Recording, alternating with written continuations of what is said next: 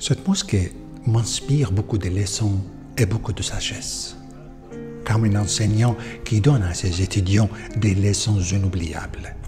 Leçons sur une confiance qui s'est perdue entre deux amis à cause d'une trahison suivie d'une punition étrange et habile, menant à un long regret qui a accompagné son ami jusqu'à sa mort.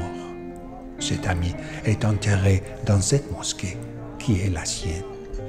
Car la trahison de cet ami a amené des conséquences graves et désastreuses. Ce qui fait que Mourjane a passé le reste de sa vie à vivre en long et profond état de regret. Depuis cet incident, Mourjane s'est mise à faire les bonnes actions et la bienveillance pour s'approcher de Dieu et obtenir son pardon.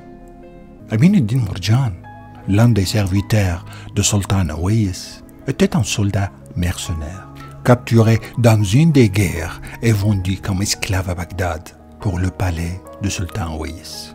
Mourjane a gravi les échelons jusqu'à ce qu'il ait occupé le poste le plus élevé, celui de vizir. Il est devenu un intellectuel, un philosophe qui parlait plusieurs langues. La mosquée que Mourjane a fait construire a un emplacement exceptionnel. Elle surplombe la rue Al-Rachid, la rue la plus ancienne de Bagdad. Elle est dans le quartier de Chorje. Son design est si beau que sa façade se trouve au musée national irakien. En 1946, la rue Al-Rachid a coupé la mosquée en deux, au milieu des protestations populaires, et il la séparée de son école, de son caravansérail, Khan Mourjane, et de l'hôpital Mourjane. Mais elle est restée adjacente au marché, à Chorje, qui est également affilié à la mosquée, en tant que waqf pour soutenir financièrement la mosquée, l'école, l'hôpital et les autres attachements, tels que le logement des enseignants et des étudiants. Le style de construction de la mosquée est Jalahiri. Même le dôme a été reconstruit à l'instar de l'architecture de l'époque. Son emplacement est proche du site de l'école Nizami.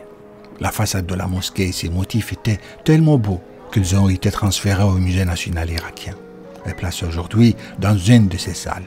En plus, on a fait construire la partie coupée de la mosquée dans une des ailes du musée.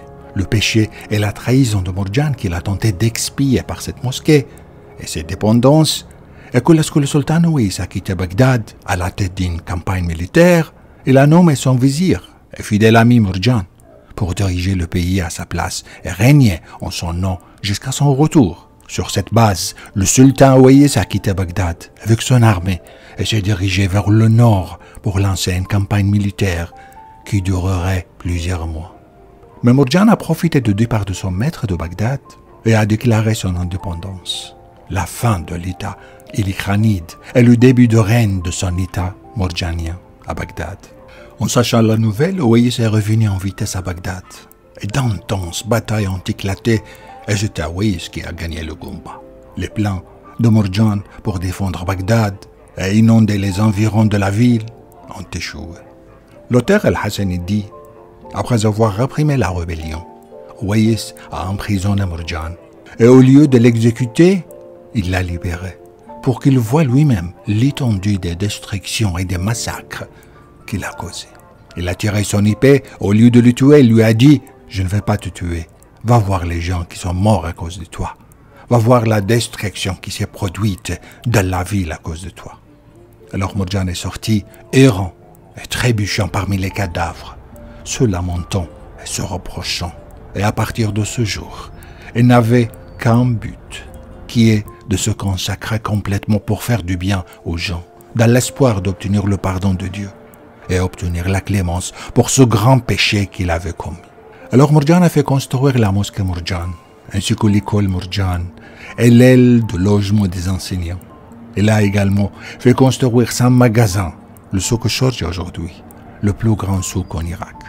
L'école Mourjane, l'hôpital. Il a également fait construire Khan Mourjane ainsi qu'un hôpital surplombant le Tigre pour les étudiants de savoir. En plus de nombreux intérêts, tous dans le but de soutenir cette mosquée, l'école et les pauvres. Chorje présente aujourd'hui le pilier de la vie économique. Et Khan Mourjane, le caravansérail, est devenu un centre économique et un lieu de réception des convois. Au fil du temps, elle s'est transformée en centre financier, puis il est devenu le quartier financier et un centre bancaire et monétaire. Et à sa proximité aujourd'hui est la Banque centrale d'Irak et le groupe des banques les plus importants du pays. De l'ère Djalairi à l'ère ottoman et au-delà, et à ce jour, l'endroit regorge de gens et de marchands. Et Mourjane a passé le reste de sa vie dans cette mosquée travaillant comme serviteur des pauvres. Et ceux qui sont dans le besoin, consacrant sa vie à servir les pauvres, priant et demandant pardon pour son acte. Et quand sa mort approchait, il a fait creuser sa tombe dans la mosquée pour y être enterré.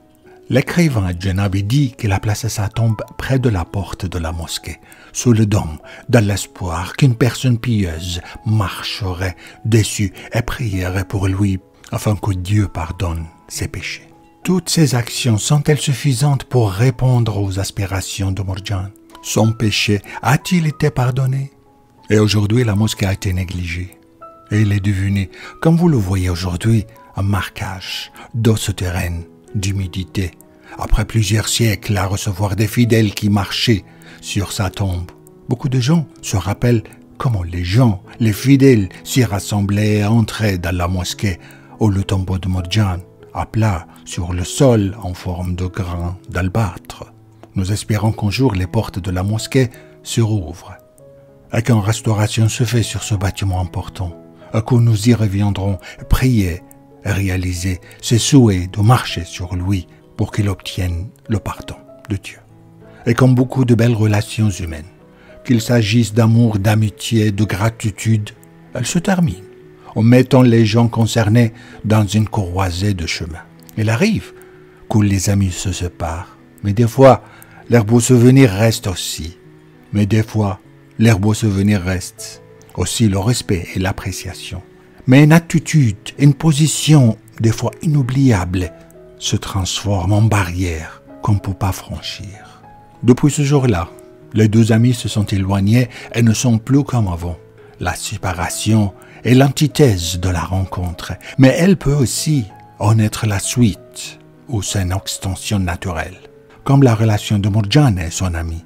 Quant à Mourjane, son regret n'est pas parce qu'il a seulement perdu cette amitié, mais pour les personnes qui ont été tuées et la destruction qui a ravagé la ville. Quant à son meilleur ami, probablement, elle ne s'est pas approchée de lui. Il me semble qu'ils ont passé le reste de leur vie ainsi. Son ami le connaît bien et sait qu'il souffre tous les jours et que c'est sa seule façon d'expier son erreur. Mais avec ça, elle formait un beau cadre de séparation.